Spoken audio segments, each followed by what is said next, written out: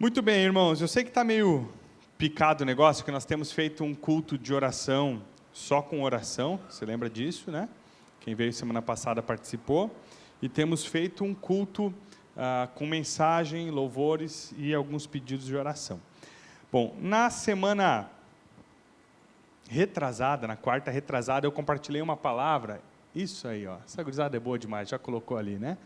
Eu compartilhei uma palavra, oração parte 1, baseada em Tiago. Se você quiser abrir a Bíblia lá em Tiago, você pode abrir, mas nós vamos ler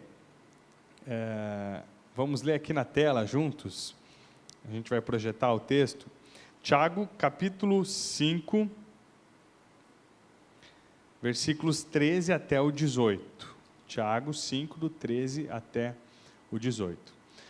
E eu lembro a você, é só passar que o versículo vai estar na projeção. Eu lembro a você que nós falamos sobre esse texto e nós não falamos muito sobre o que o texto diz em si. Nós falamos sobre duas palavras gregas sobre oração que o texto apresenta aqui. Tem duas palavras diferentes, né, nessas citações. Uma fala da necessidade, oração é necessidade de Deus, necessidade do agir de Deus e da pessoa de Deus. A nossa necessidade que temos de que Ele haja em nós e através de nós ou em nosso favor, né? E a segunda palavra, né, ela falava da reverência, oração, né, como reverência e não como se vestir a melhor roupa, mas mais em tratar Deus com importância, investir tempo e estar bastante tempo com o Senhor. Muito bem, queridos, vamos ler na tela? Vamos ler juntos? Vocês me ajudam? Nós vamos ler do 13 até o 18 para relembrar algumas coisas importantes, aí, relembrar todo o texto. Vamos lá? Quero ouvir a voz de vocês. Sei que aqui a gente não ouve direito a voz, né, por causa da nossa acústica, que é muito boa, mas vamos ler juntos e bem forte. Entre...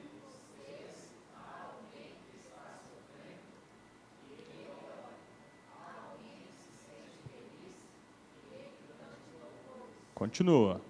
Entre vocês há alguém que está doente, que ele mande chamar os presbíteros da igreja, para que estes orem sobre ele e o unjam com óleo, em nome do Senhor. E a oração feita com fé curará o doente, o Senhor o levantará, e se houver cometido pecados, ele será perdoado.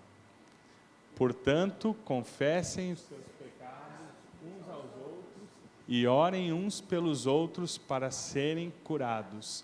A oração de um justo é poderosa e eficaz. Elias era humano como nós. Ele orou fervorosamente para que não chovesse, e não choveu sobre a terra durante 3 anos e meio.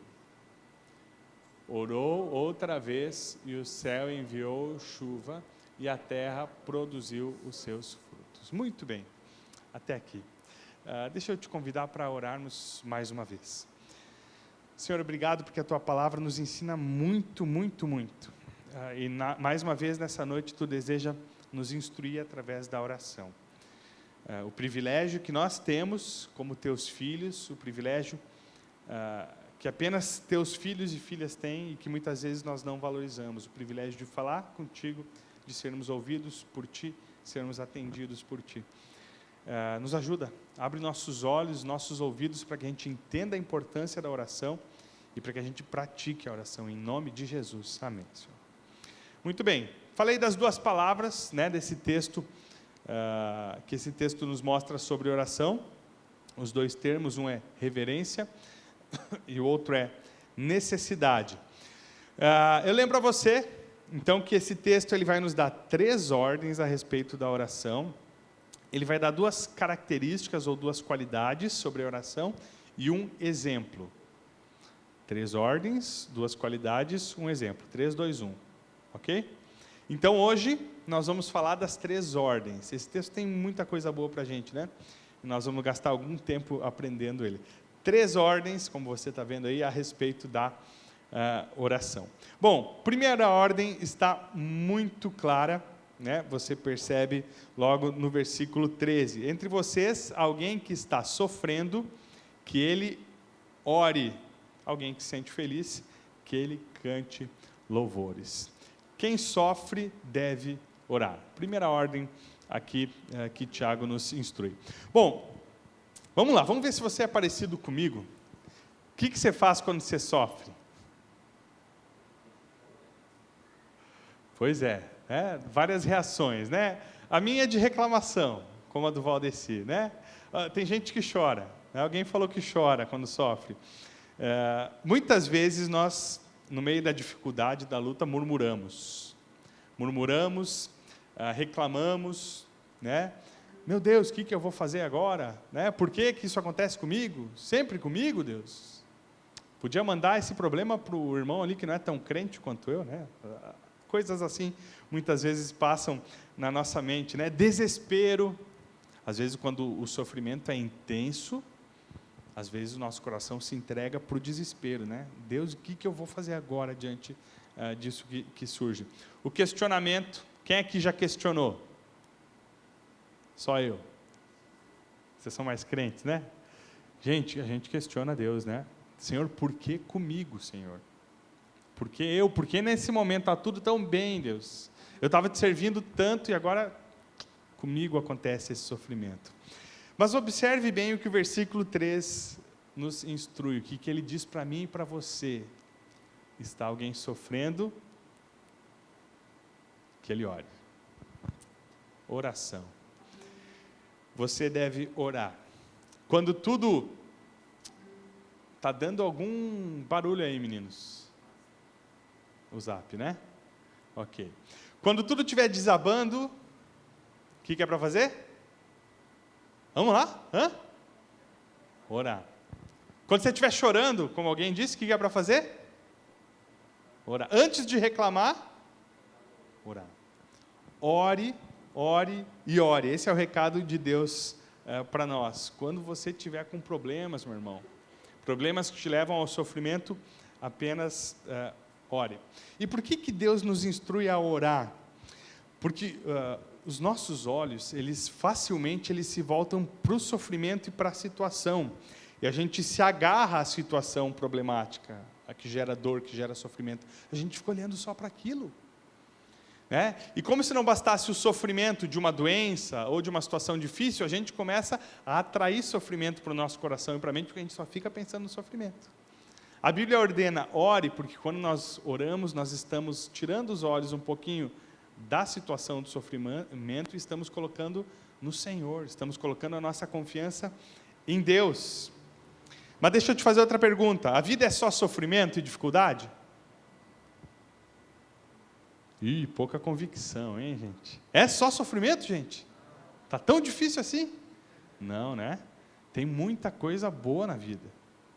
Tem coisas maravilhosas, coisas boas acontecendo. E qual é o conselho de Deus quando você está faceiro? Lá no sul chama faceiro, né? Está faceiro. O que é para fazer? Cante louvores, adore ao Senhor, agradeça a Deus. Você sabe que as canções, elas têm algumas funções, né, dentro do louvor e da adoração. Exaltar o nome do Senhor, agradecer a Deus, e elas também podem fazer parte das nossas orações. Às vezes você não sabe muito bem o que você vai falar para o Senhor, mas você pode cantar para o Senhor. E mesmo que você está no teu momento a sós com Deus, você pode cantar para Deus. E mesmo que saia meio desafinadinho, não importa, Deus está vendo aquela oração que é derramada de um coração sincero, né, de um coração que se derrama diante dele. Então, quando você está feliz, cante louvores. Né? Nossos louvores são orações de gratidão a Deus. Então, o nosso tempo separado para Deus deve ter oração, deve ter palavra e também, por que não, louvores e adoração ao nosso Deus. Então, quem sofre deve orar. Aí a gente coloca do lado, está feliz, está faceiro, canta, né? Agradece cantando e louvando a Deus. Segunda ordem, a igreja deve orar pelos doentes. Entre vocês, há alguém que está doente, que ele mande chamar os presbíteros da igreja para que estes orem sobre ele e unjam com óleo em nome do Senhor. Bom, se eu perguntar para a maioria aqui, qual é os grandes motivos de sofrimento da nossa vida, a maioria das pessoas vão falar que são doenças, tem sofrimentos de vários tipos. Mas as grandes aflições, ou algumas das grandes aflições da nossa vida, tem a ver com doença. Pode ser uma doença, uma dor que você sente, ou pode ser doença de pessoas que você ama. Isso acaba gerando sofrimento, né? E o momento da doença, você já notou, é um momento de fragilidade. Já percebeu como as pessoas ficam frágeis e como elas ficam sensíveis no tempo de doença? E a gente tem que estar bem atento a isso. Porque muitas vezes nós somos insensíveis às doenças, sejam doenças físicas no corpo, ou sejam doenças como depressão ou algo nesse sentido, né? Às vezes nós somos insensíveis. Não, você tem que reagir, se levantar, e não, isso aí, você está em pecado, por isso que você está doente. Que bobagem, gente. A pessoa doente, ela está fragilizada, ela precisa de oração, precisa que a sua igreja ore. Agora, perceba um detalhe importante do texto. De quem deve partir esse pedido por oração? Eu estou doente. Quem é que tem que pedir oração? Eu mesmo. Sabe que algumas vezes no ministério eu já me surpreendi descobrindo que tinha irmão ou irmã da igreja no hospital, ficou no hospital um tempo, depois voltou para casa, soube depois, né? Ou algum irmão doente, passou a doença, soube depois que ele estava bem, né? Ou que ela estava bem. Irmãos, nós precisamos aprender a pedir ajuda de outras pessoas. E o texto ele vai nos falar, né? Mande chamar os presbíteros da igreja. Presbíteros, liderança, né? Líderes, pessoas mais maduras na fé. A gente pode colocar aqui anciãos, pode ser o pastor, podem ser diáconos, podem ser líderes, podem ser pessoas que você tem confiança. Chama essas pessoas para orar com você. É isso que a Bíblia está dizendo. Olha, está doente, chama alguém que você confia, chama alguém que você vê, né, dentro da igreja exercendo alguma liderança, e pede para essa pessoa orar juntamente contigo. Então nós, como filhos de Deus, filhos e filhas de Deus prudentes, nós confiamos nos médicos e vamos fazer o tratamento que o médico der, mas também nós confiamos na oração. Nós chamamos as pessoas, ou nós compartilhamos os pedidos. Olha, orem por mim, orem pela minha vida, né? Peça oração lá na quarta-feira, né? Ora no teu tempo lá, sós, ora pela minha vida. A gente compartilha. Muitas vezes nós queremos nos mostrar fortes para as pessoas, né? Como se nada tivesse acontecido, mas às vezes é importante compartilhar que nós somos frágeis, humanos, assim como todos são, né? Agora tem um troço meio estranho, pelo menos para o nosso contexto final do versículo 14. Você reparou isso aí? Não tem nada meio estranho para ti aí? Olha lá, vou ler para ti. Para que estes orem sobre ele e façam o quê? Unjam com óleo em nome do Senhor. Isso aqui não é meio estranho às vezes para o nosso contexto? Ungir com óleo? A palavra ungir, a palavra unção no Novo Testamento, ela pode ter dois significados. Um, que é o ato de derramar algo, né, ou óleo especificamente, sobre alguém ou sobre algum objeto. O outro é consagrar algo para Jesus, né? Isso aqui foi ungido para Deus, está separado e consagrado, né? O que Tiago está usando aqui, a palavra que ele usa, tem a ver com derramar, com um primeiro significado, e tem a ver com derramar óleo, porque ele vai falar sobre óleo. Bom, e aí o que você pensa então? Bom, se eu estou doente, chamo alguns irmãos, eles vão derramar óleo sobre a minha cabeça, orar e eu estarei curado, né? Será que esse é o contexto? Não, meus irmãos, provavelmente não é isso que Tiago está falando. Os óleos, naquela época, né, na época de Jesus, na época do Novo Testamento, eles tinham algumas utilidades, algumas finalidades. Eles eram usados para preparar o corpo de um defunto, né? Eles usavam óleos, perfumes e panos para enrolar esses corpos, para sepultar, né, naquelas cavernas. Os óleos eram separados, eles eram preparados em rituais religiosos, né? Às vezes eles usavam os óleos para lavar os pés e perfumar os pés dos visitantes quando chegavam em casa. Chegava numa casa, lavava os pés e usavam-se óleos, né, perfumados sobre o pé de um visitante muito especial, muito honrado. E também o óleo, muitas vezes, ele era usado como remédio. Os óleos que eles usavam eram elementos com plantas, com medicamentos naturais, que eram usados como remédios. Fala, Daniel.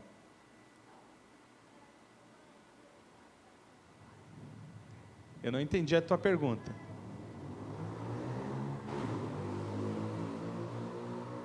Continuei sem ouvir a tua pergunta. Se a pessoa é o quê? Se ela não fosse especial, se ia passar o óleo no pé? Acho que não. Acho que não. Mas não é o óleo de cozinha, tá, Daniel? Não era esse óleo que passava, não, né? Ele queria saber se a pessoa não fosse tão especial, se ia passar óleo no pé dela, né? Enfim, queridos, então muito provavelmente o que Tiago está falando aqui, e se eu pudesse resumir e trazer para o nosso contexto, é o seguinte: a pessoa está doente, então você tem duas ferramentas: ore e use os medicamentos e a medicina que Deus dispõe, né? Ore, né? Unja com óleo, ou seja, né, coloca um medicamento. Se o médico prescreveu, então aquele papo de muitas pessoas, né, você tem que atirar o remédio fora, né, e declarar que você está curado. Olha, se Deus falar contigo, amém, mas eu vejo muitos pastores dando essa orientação e a situação das pessoas ficando cada vez pior, né, cada vez pior.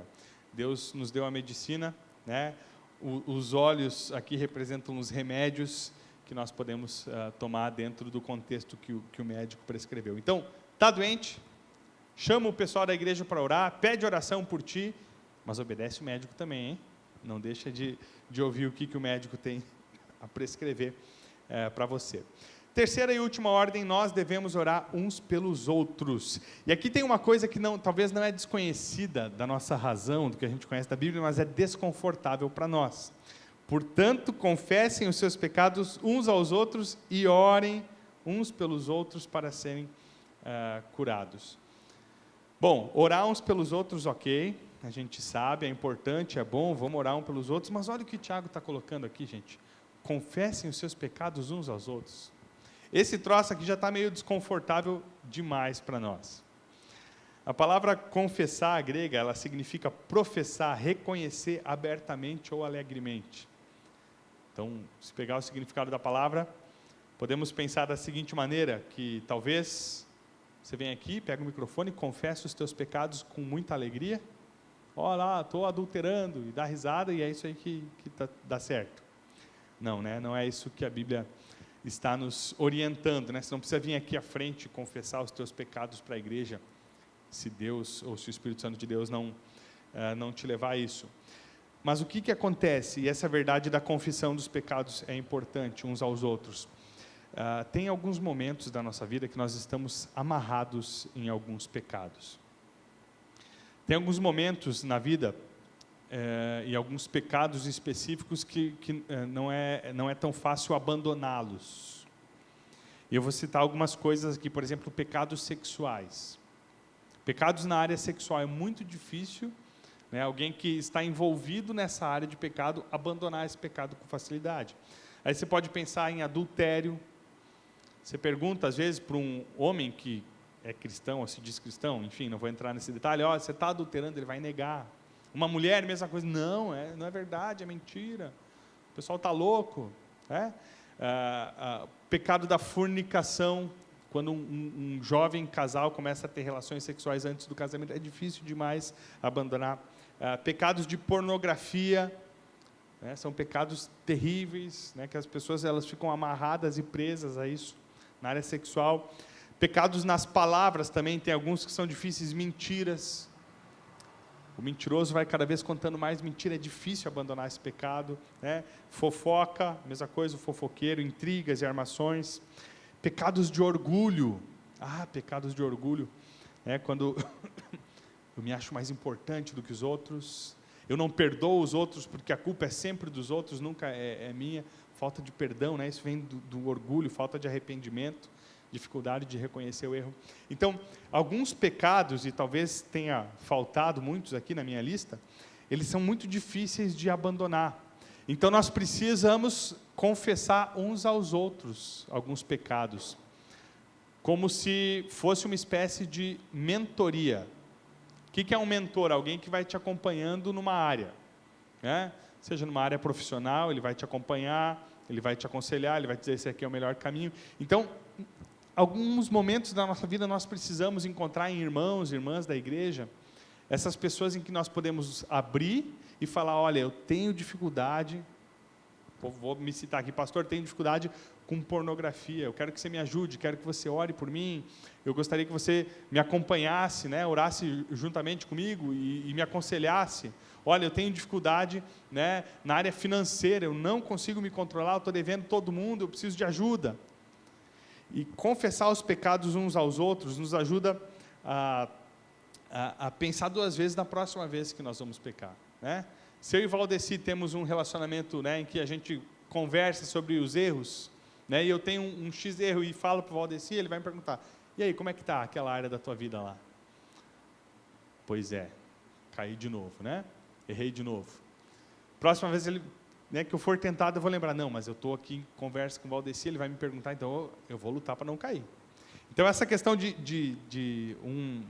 eu vou usar essa palavra, né, mentoria, né, alguém que possa me ouvir, possa orar comigo, é muito importante. E talvez você está amarrado a um pecado e não consegue abandonar, você já tentou de todas as formas. É hora de procurar alguém, né, alguém para que você possa falar sobre isso. E quem ouve isso precisa ser alguém maduro na fé. Você não pode procurar alguém que você acha que tem confiança, não, alguém né, que é maduro na fé, alguém que tem uma caminhada com Deus, e quem ouve isso também deve ajudar o outro, e não trazer mais peso e mais culpa. Ah, safado, sem vergonha, pecou, desgraçado, vai para o inferno. Não, meu irmão, está errado, mas eu vou te ajudar a vencer esse pecado. Como igreja, nós precisamos estabelecer esse relacionamento de confiança. Deixa eu dar um exemplo para você, sobre um camarada. Pode passar aí, sobre um camarada que ele guardou o pecado dele, né? E eu não sei se é no orgulho, na vergonha, ele acabou sofrendo muito. Não sei se você já viu, tem alguns vídeos desse cara. Esse cara se chama Mike, eu não sei pronunciar o sobrenome dele, tá? Guglielmucci, alguma coisa assim, Mike Guglielmucci. Ele foi um dos pastores da Hillsong. Você já ouviu falar da Hillsong. E tem uma música que ele compôs, que ficou muito famosa, chama Healer. Em português, o refrão canta, creio que tu és a cura. Conhece? Pois é, essa música é ele que compôs. Esse homem, né, ele começou a ficar com o corpo mal, o corpo doente. E ele chegou a um ponto, né, que ele declarou para a sua igreja, durante 2 anos ele declarou isso, que ele estava com câncer. Então, você procura lá, Healer, essa música no YouTube, você vai ver ele cantando com, tipo, aquele negocinho de oxigênio aqui, né, tocando violão e cantando essa música, e todo mundo emocionado, né, que coisa, né? Ele orando, ele dizia que Deus deu essa música para ele, né, que Deus era a cura dele, estava com câncer. Depois de 2 anos contando essa história para a igreja, ele não aguentou mais. O problema dele não era câncer. O problema dele era o pecado escondido na vida. Eu vou ler algumas frases que extraí de uma entrevista dele. Por 16 anos, abre aspas, né? Por 16 anos, eu tenho lutado contra o vício da pornografia adulta. Como resultado dessa vida secreta de pecado, o meu corpo, com frequência, parecia estar tomado por um câncer. 2 anos atrás, eu declarei ter contraído câncer. A verdade é que, apesar de estar doente, eu não estava com câncer, mas estava outra vez usando um diagnóstico falso para esconder a mentira sobre a qual eu vivia. O pecado dele levou ele a mais pecado, a mentir, e esse pecado dele consumiu o corpo dele. Ele sentia no corpo os reflexos de uma mentira de um pecado escondido, da falta de confissão do seu pecado. Agora abre comigo o Salmo 32.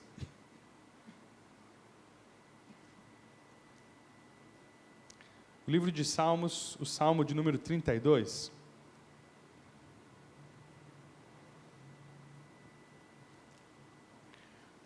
O versículo 3.